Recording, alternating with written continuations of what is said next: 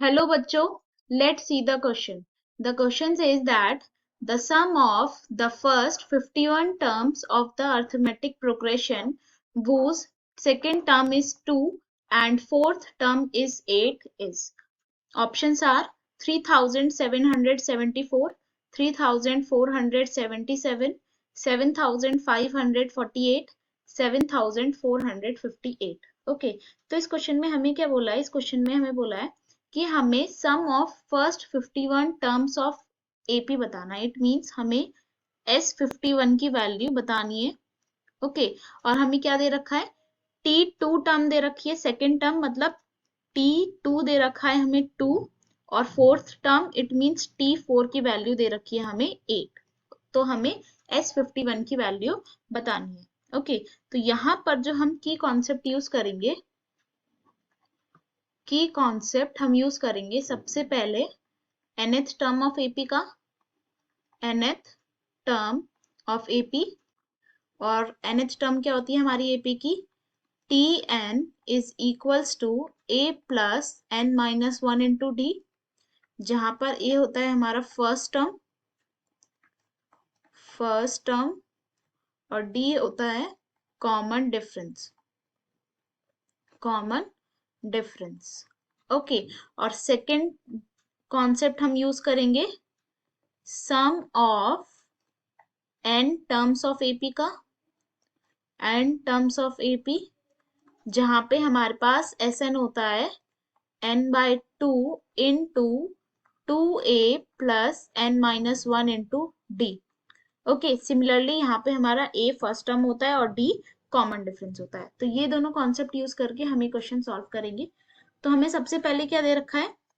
T2 हमें दे रखा है 2. ओके, तो T2 की वैल्यू हमें कैसे मिलेगी? जनरल टर्म में n की वैल्यू 2 पुट करके. तो n की वैल्यू हमें 2 पुट करनी होगी. तो ये हमारे पास क्या हो जाएगा? a plus 2 minus 1 into d is equals to 2. ये हमारे पास होगा. तो it means a plus d की वैल्यू आएगी हमारे पास 2. इसको हम बोल देते हैं इक्वेशन नंबर 1.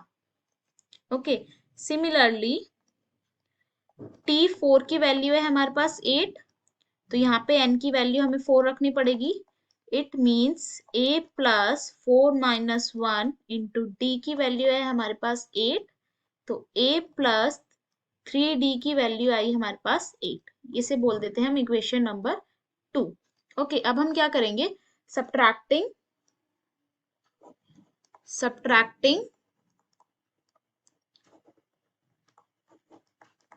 Equation 1 and 2. अब हम इक्वेशन 1 और 2 को सब्ट्रैक्ट कर देंगे. तो हम लिखते हैं a plus d is equals to 2 और a plus 3d is equals to 8. इनको हम क्या करेंगे? सब्ट्रैक्ट कर देंगे. तो ये हमारे पास आ जाएगा -2d और ये हमारे पास आएगा -6. तो d की वैल्यू हमारे पास क्या आएगी?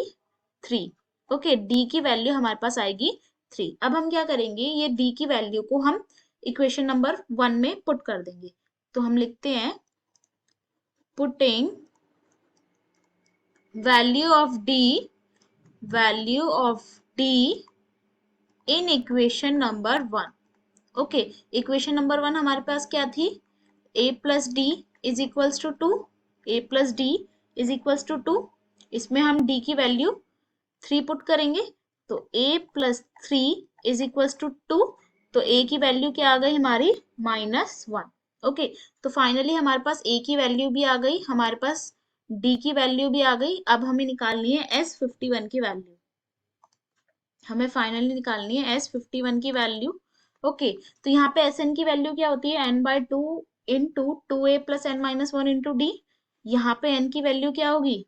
जहां पर n की वैल्यू होगी 51, a की वैल्यू -1, d की वैल्यू 3. तो हम पुट करेंगे इज इक्वल्स टू Sn का सम फॉर्मूला लिख लेते हैं यहाँ पे n/2 into 2a plus n minus 1 into d. n/2 it means 51/2. Twice of a it means twice of -1 plus n minus 1, 51 minus 1, d की वैल्यू 3. तो S51 की value आएगी हमारे पास 51/2 -2 plus 50 into 3, okay, which is equals to 51/2 minus 2 plus 150, which is equals to 51/2 into 148. Okay, इसको हम cancel करेंगे तो ये हमारे पास आएगा 74। तो हमारे पास S51 की वैल्यू आई है 51 इंटू 74 और हम इसको मल्टीप्लाई करेंगे तो हमारे पास आंसर आएगा 3774। ओके, तो फाइनली S51 की वैल्यू आई है हमारे पास 3774। ओके, और यही हमारा फाइनल आंसर होगा। ओके, तो सम ऑफ फर्स्ट 51 टर्म्स आया है हमारे पास 3774, इसलिए यहाँ पे हमारा ऑप्शन नंबर ए जो है वो करेक्ट है। Hope you will understand. Best of luck. Thank you.